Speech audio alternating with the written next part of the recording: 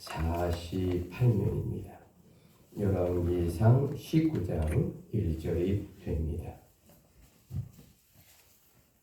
자, 구약성경 548페이지 열왕기상 19장 1절로 15절입니다. 자, 구약성경 548면입니다. 열왕기상 19장 1절입니다. 아합이 엘리야가 행한 모든 일과 그가 어떻게 모든 선지자를 칼로 죽였는지를 이세벨에게 말하니, 자 2절입니다. 천천히 고백합니다. 시작. 이세벨이 수신을 엘리야에게 보내어 그러되 내가 내일 이맘때에는 반드시 내 생명을 저 사람들 중 한 사람의 생명과 같게 하리라. 그렇게 하지 아니하면 신들이 내게 벌 위에 벌을 내림이 마땅하니라 한지라. 그가 이 형편을 보고 일어나 자기의 생명을 위해 도망하여 유다에 속한 브엘세바에 이르러 자기의 사환을 그곳에 머물게 하고, 자 4절 천천히 고백합니다. 시작. 자기 자신은 광야로 들어가 하룻길쯤 가서 한 로뎀 나무 아래에 앉아서 자기가 죽기를 원하여 이르되 여호와여 넉넉하오니 지금 내 생명을 거두시옵소서. 나는 내 조상들보다 낫지 못하니이다 하고 로뎀 나무 아래에 누워 자더니 천사가 그를 어루만지며 그에게 이르되 일어나서 먹으라 하는지라. 자, 이제 6절 말고 15절로 중약을 해서 넘어가서 15절 여호와께서 그에게, 자 저와 함께 힘차게 고백합니다. 시작. 여호와께서 그에게 이르시되 너는 내 길을 돌이켜 광야를 통하여 다메섹에 가서 이르거든 하사엘에게 기름을 부어 아람의 왕이 되게 하고. 아멘. 자, 오늘의 주제가 여러분 주보를 보시면 뭐라고 나와 있죠? 마르지 않는 샘물. 자, 우리 힘차게 복唱합니다. 시작. 마르지 않는 샘물. 자, 우리 함께 인사합니다. 주님의 이름으로 사랑합니다. 좌우로 합니다. 주님의 이름으로 사랑하고 주님의 이름으로 축복을 드립니다. 자, 여러분, 우리가 성경을 보게 되면 하나님의 귀한 선지자들에 관한 이야기가 66권의 성경에 아주 많이 등장하고 있다라는 거죠. 자, 그런데 그 중에서 가장 극적인 선지자라고 하면 많은 선지자 중에 과연 어떤 인물의 선지자가 가장 먼저 떠오를까? 그것은 바로 오늘의 본문 엘리야 선지자다라고 말씀을 드릴 수 있습니다. 왜 그럴까? 왜냐하면 그 엘리야란 북이스라엘의 가장 패역한 아합 왕을 상대로 하여 하나님의 말씀을 목숨을 걸고 그렇게 전했던 아주 귀한 엘리야 선지자이기 때문이다라는 거죠. 특별히 우리가 이 엘리야 선지자 그러면 이 갈멜산의 450의 바알 선지자와 싸워 승리했던 이 엘리야 선지자를 잊을 수가 없습니다. 자, 여러분, 이스라엘의 갈멜산 이렇게 많이 성경에 등장합니다. 자, 지도를 보시면 이스라엘의 갈멜산이 도대체 어디에 있을까라는 거죠. 자, 이 해안을 쭉 따라가시면 포항에처럼 이렇게 쏠쭉 올라온 곳이 있습니다. 자, 이 갈릴리 호수와 그리고 이제 예루살렘과 그리고 텔아비브 여기 쭉 올라가시면 시돈 바로 밑에 이렇게 홍지가 올라온 것처럼 움푹하게 올라온 지도가 보일 겁니다. 자, 여기가 해발 520m의 산봉우리가 되어 있는, 그러니까 바다를 바라보면서 이렇게 육지를 바라보면서 높은 산이 올라와 있는데 520m 갈멜산이 바로 이곳에 자리하고 있다라는 거죠. 자, 이곳에서 바알 선지자 450대 1로 누가 참신인가를 이제 놓고 겨루죠. 자, 그래서 이제 엘리야 선지자가 하나님의 귀한 선지자로 승리하여 이 바알신 450의 제사장들을 다 목을 칩니다. 자, 그리고 결국 3년 동안 극심한 이스라엘의 가뭄에 메마른 땅에 해갈의 소낙비를 내리도록 기적을 일으킨 하나님의 귀한 선지자 엘리야가 이 구약의 대표적인 선지자다라고 말을 해도 과언이 아니다라는 겁니다. 자, 여러분, 그가 바로 지금으로부터 2884년 전 활동했던 엘리야 선지자다. 오늘 이 엘리야 선지자에 관계되는 귀한 말씀이 이제 열왕기상 19장 1절로 15절까지 등장하고 있다라는 겁니다. 자, 그런데 여러분, 호사다마라는 말이 있습니다. 좋은 일도 있고 또 나쁜 일도 있는 것이 인생이죠. 자, 호사다마라는 말에 고사성어가 있거든요. 인생은 언제나 좋은 일만 있는 게 아니고요. 인생은 언제나 나쁜 일만 있는 것이 아니고 좋은 일도 있다, 나쁜 일도 있다, 또 좋은 일도 있고 뭐 그렇게 되는 것이지요. 자, 그런데 이걸 호사다마라고 해야 될까요? 하나님의 기적과 역사 속에 바알신을 쳐부시고 그리고 3년의 북이스라엘의 극심한 가뭄에서 하나님의 단비를 내려 이제 모든 북이스라엘 땅에 대지를 촉촉하게 적시는 그야말로 전무후무한 기적의 역사가 일어났습니다. 자, 그런데 이 아합 왕의 부인이 이사벨이라는 못된 여인입니다. 자, 이 여인이 이렇게 기적과 이적을 일으키는 하나님의 귀한 선지자 이사야 선지자를 내가 내일 반드시 죽이리라 이렇게 협박을 합니다. 자, 그러니까 그토록 하나님의 사랑과 은혜와 기적을 펼치던 엘리야 선지자가요, 그만 도망자의 삶을 가게 되는 비극적 현실을 맞이하고 있다라는 거죠. 한마디로 말하면 하룻밤 사이에 영웅이 이제 지명 수배자가 되어 도망자가 되었다라는 겁니다. 그런데 그게 누구 때문일까? 바로 그 못된 이사벨 왕비 때문이었다라고 성경은 이야기하고 있습니다. 자, 그래서 엘리야 선지자는 그만 멘붕에 빠지고 말았다라는 거죠. 너무도 낙심한 그는 하나님께 자기를 죽여달라라고 구하는 나약한 모습을 이 성경에 아주 리얼리티하게 나타나고 있다라는 겁니다. 그런데 하나님께서는 결코 세우신 사명자를 내버려 둘까요? 아니면 내버려 두지 아니할까요? 여러분, 그 엘리야 선지자를요, 하나님은 회복시키시고 축복하시어 다시 세우는 놀라운 역사가 있게 된다라는 겁니다. 여러분, 아멘이십니까? 아멘. 성도 여러분, 혹시 우리가 어려움과 낙담에 처할 때도 있어요. 여러분, 어찌 우리 인생이 좋은 일만 있겠습니까? 어렵고 힘들고 또 바람과 간절한 소망이 있지 않겠습니까? 혹여 기도의 응답이 오지 않아 약간의 실망에 젖어 있는 우리의 마음도 있을 수 있어요. 하나님을 원망해서가 아니라 조금 낙담하죠.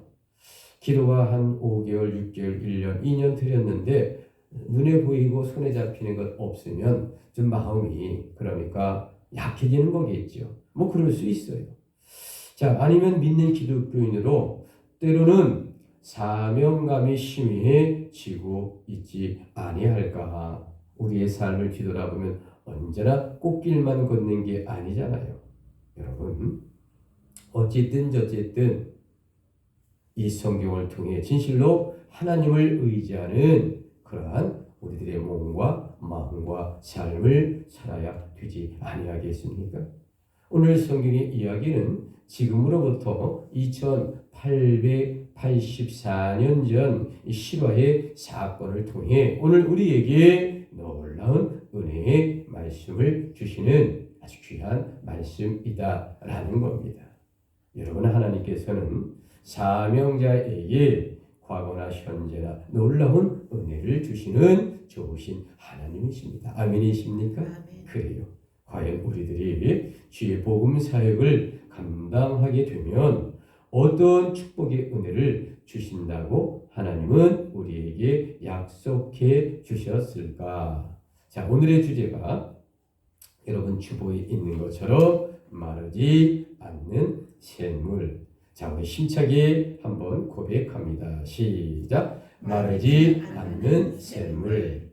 첫째는 필요를 공급하시는 하나님이십니다. 여러분, 엘리야 선지자는요, 아합 왕의 죄악에 맞서서 놀라운 기적을 하나님의 이름으로 행하는 아주 귀한 선지자였습니다. 자, 북이스라엘 땅을 혼란에 빠뜨리는 바알신 제사장들을 450명의 목을 잘랐습니다.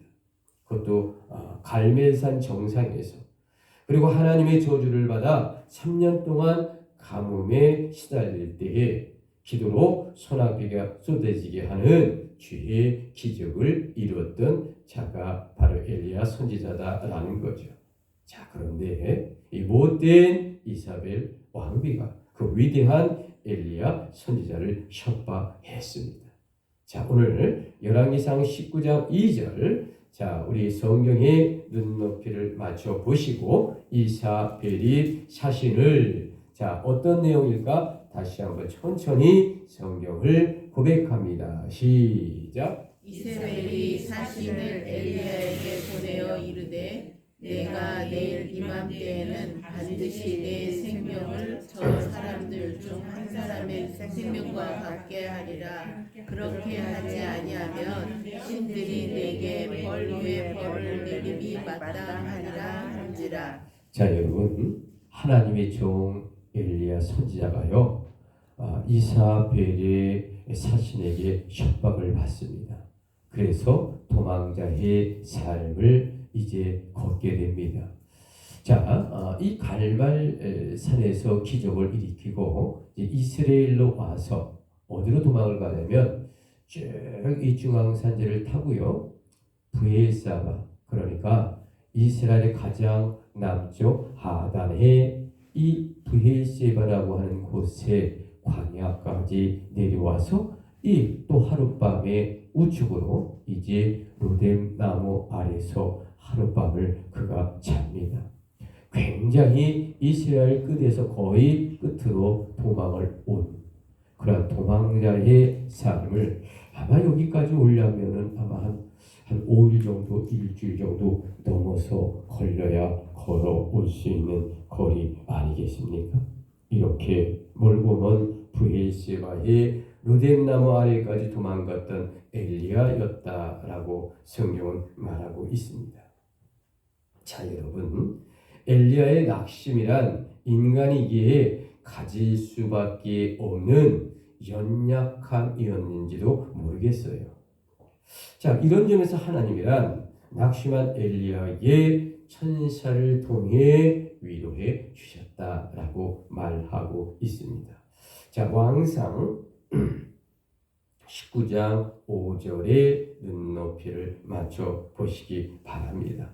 자, 성경 19장 5절 앞에 본문을 보십시오. 로뎀 나무 아래에 누워 자더니 천사가 그를 어루만지며 그에게 이르되 뭐라고 했나요? 시작. 일어나서 먹으라 하는지라. 그렇습니다.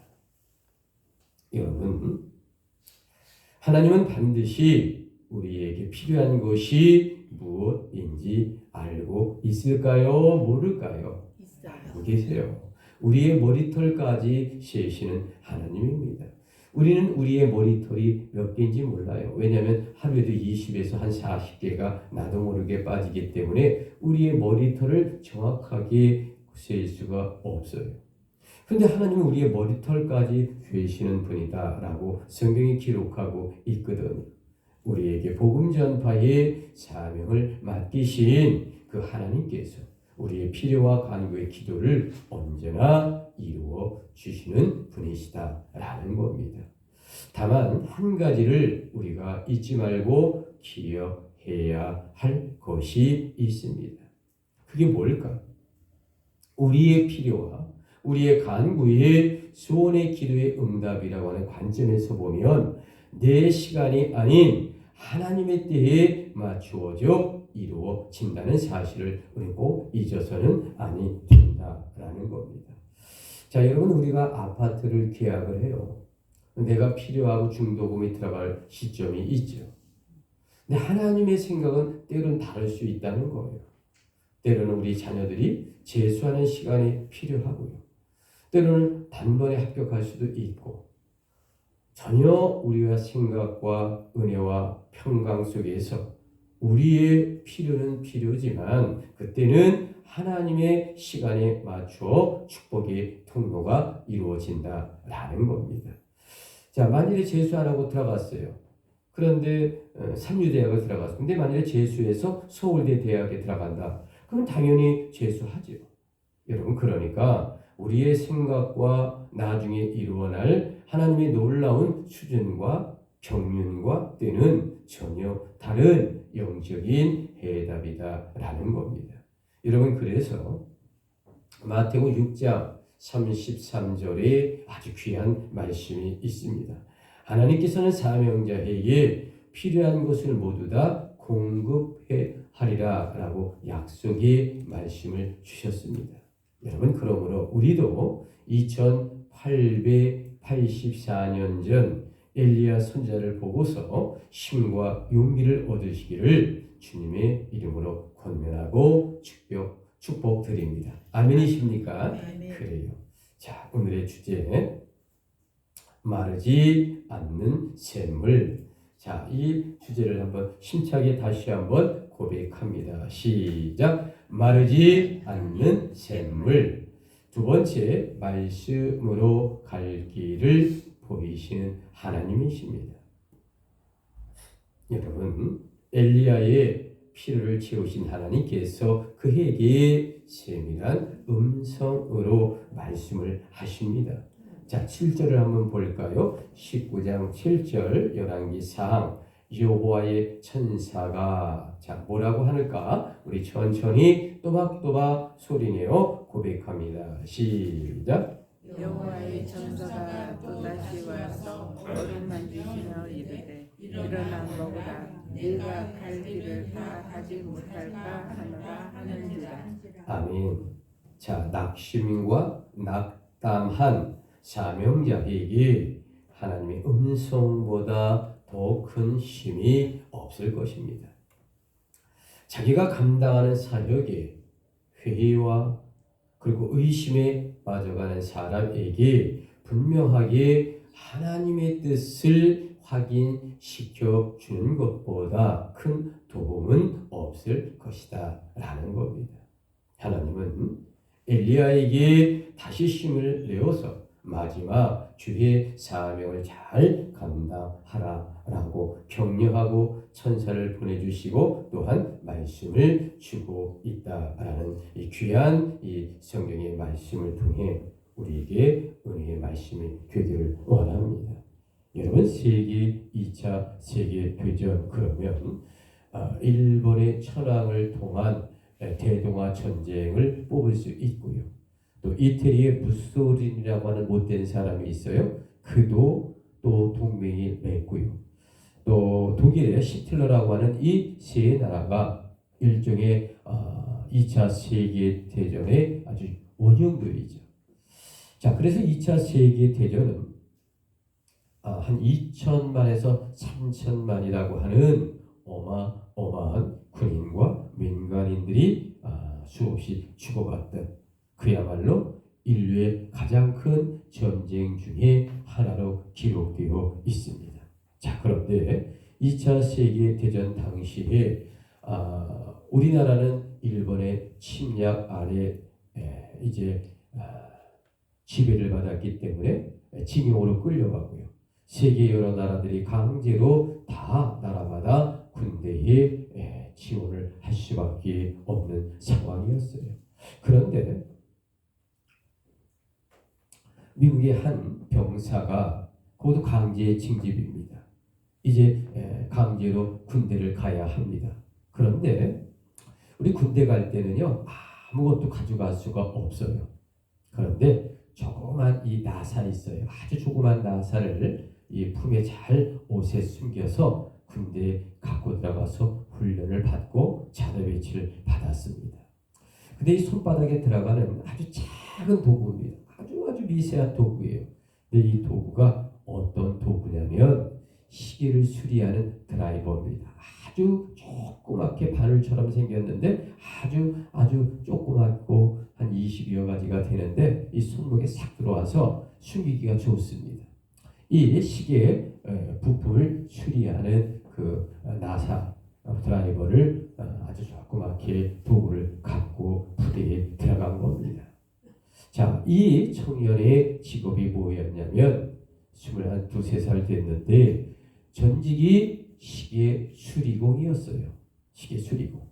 그래서 이제 부대에서 이제 근무하면서 동료들의 시계를 손목 시계를 하나 둘 건져 주게 됩니다. 자, 그러니까 이제 소문이 날 거 아닙니까? 그러니까 이 대대에 장교든 또 여러 사람이든지 그때는 시계가 참 귀했지만 어쨌든 또 시계가 고장이 좀 많이 났나 봐요. 그래서 틈틈이 시계를 이 병사가 건져 주게 됩니다. 자, 그러다 보니까 조금씩 돈이 생기기 시작을 하죠. 그러니까 이웃 부대 그 너머 부대도 소문을 듣고 전쟁통에 어디 도시 가서 이제 우리가 시계를 고칠 수 있겠습니까? 이 전쟁 중에. 그러니까 아름아름 그 병사에게 부탁하는 겁니다. 자, 우리 고성 양양의 속초에 시계 곤치는 곳은 이 한 군데밖에 없죠. 여러분 알고 계시나요? 예, 모르시면 물어보세요. 제가 알려드릴게요. 시계는 제가 알기로는 속초에 한 군데밖에 못 곤치는 것 같아요. 자, 어쨌든 이 시계 곤치는 것이 과거에는 여러 시계점이 있는데 지금 참 귀하죠. 그때도 그랬나 봐요. 자, 그러니까 이제 이웃 부대도 맡겨주고 막 이러는 거예요.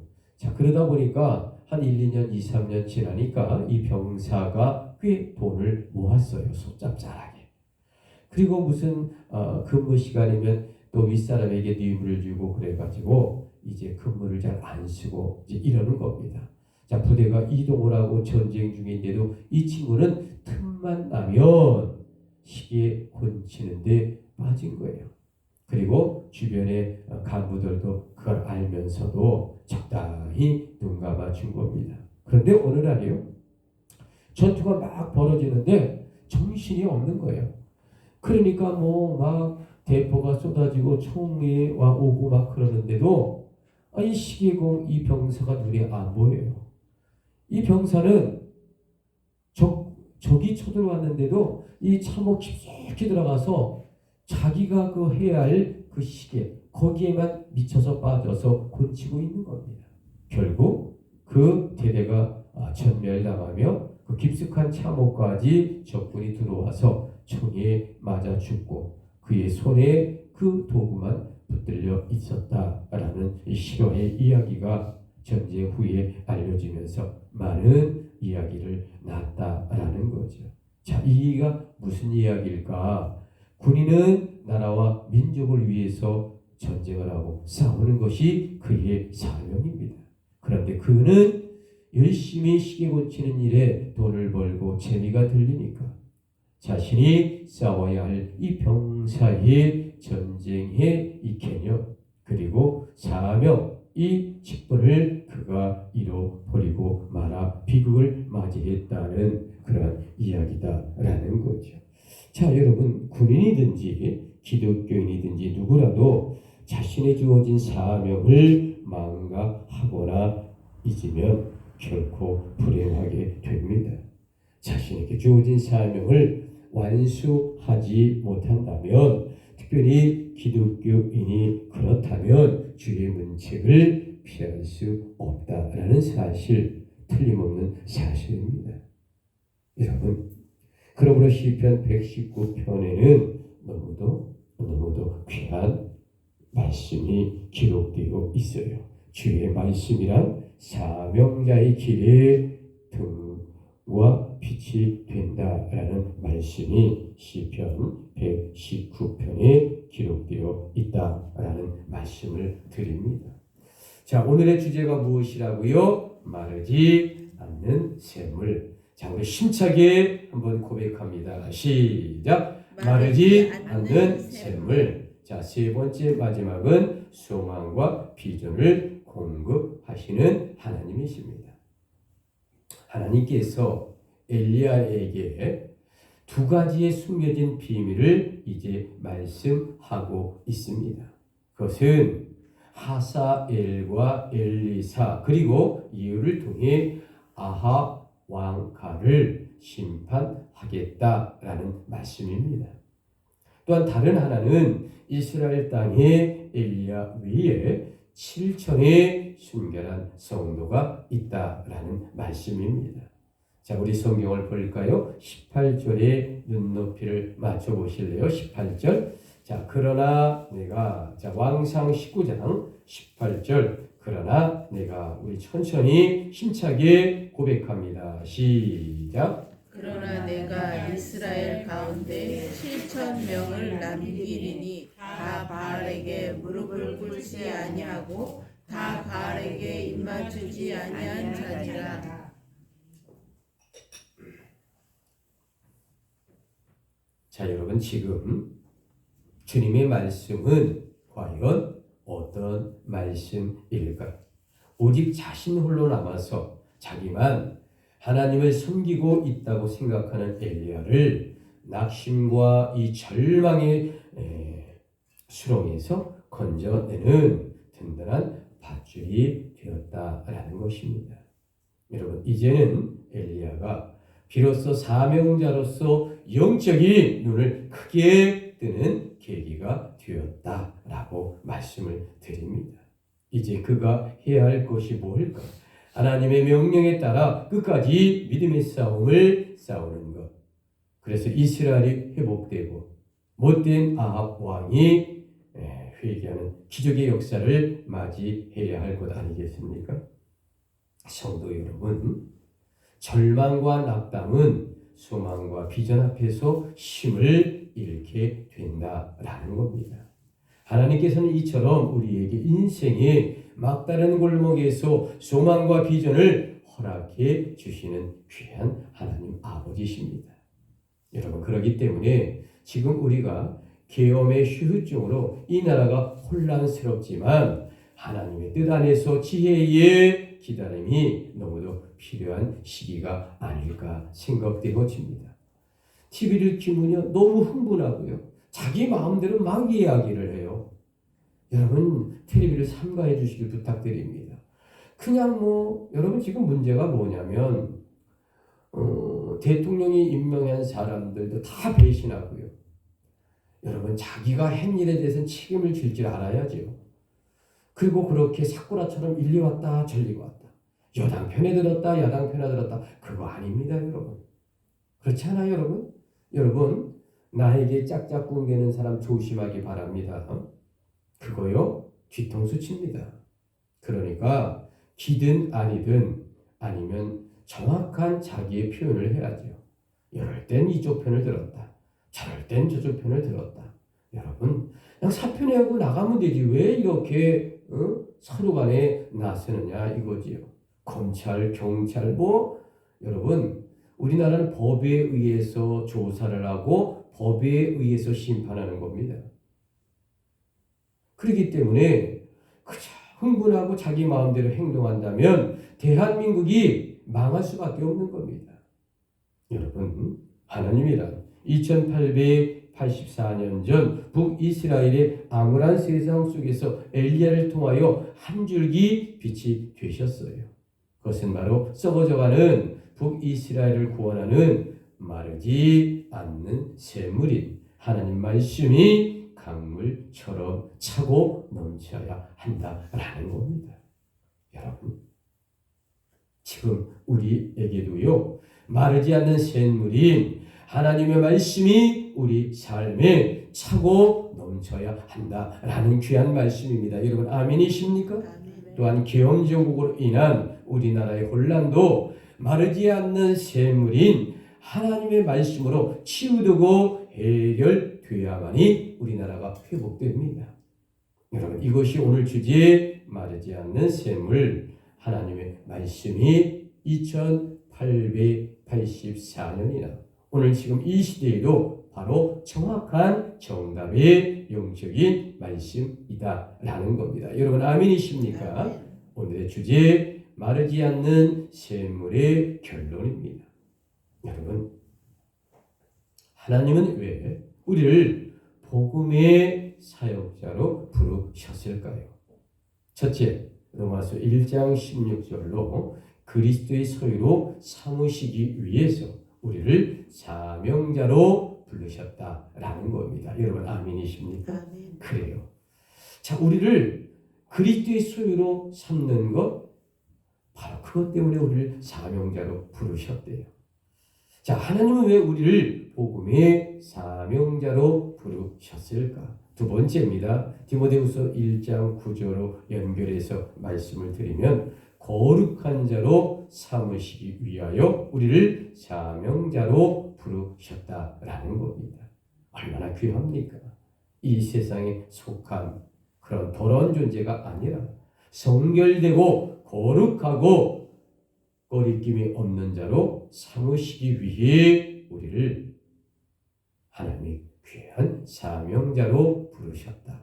얼마나 귀하고 아름다울까? 여러분, 하나님은 왜 우리를 복음의 사명자로 부끄럽고 연약하지만 우리를 부르셨을까? 세 번째는 에베소 1장 23절로 연결해서 말씀을 드리면 복음 전파로 교회를 세우기 위해 우리를 사명자로 부르셨다라는 겁니다. 여러분, 우리는 그렇게 삐까뻔쩍하지 않아요. 우리는 부족합니다. 우리는 연약합니다. 그러나 하나님께서 우리의 힘이 필요하고 우리의 입술이 필요하고 우리의 행동이 필요하여 복음 전파로 이 교함교회를 세우고 부흥하고 발전시키기 위해 우리 부족한 우리를 하나님의 사명자로 부르셨다는 이 위대한 이 말씀에 우리는 감사하고요, 고마울 수밖에 없지 않겠습니까? 여러분, 아멘이십니까? 그래요. 자, 그런데 이 사명에 관하여 이 감사함에 대하여 입술로는 그렇다고 하는데 마음으로 감동하지 않는 그 폐역한 양심에 화인 맞은 자가 그런 성도가 되지 않기를 간절히 원합니다. 여러분, 하나님은 왜 우리를 복음의 사역자로 부르셨을까? 마지막 네 번째, 요한복음 3장 17절로 우리를 구원하기 위하여 하나님의 백성과 천국의 백성으로 삼아주기 위하여 우리를 사명자로 부르셨다라는 겁니다. 여러분, 눈을 크게 뜨고 아멘 하시는 귀한 역사가 임하기를 원합니다. 아멘. 아멘이십니까? 아멘. 그래요. 자, 이제 기도할 겁니다. 자, 기도하기 위해서 자, 우리 함께 찬양할 것인데 우리 찬양하고 예배 마칩니다.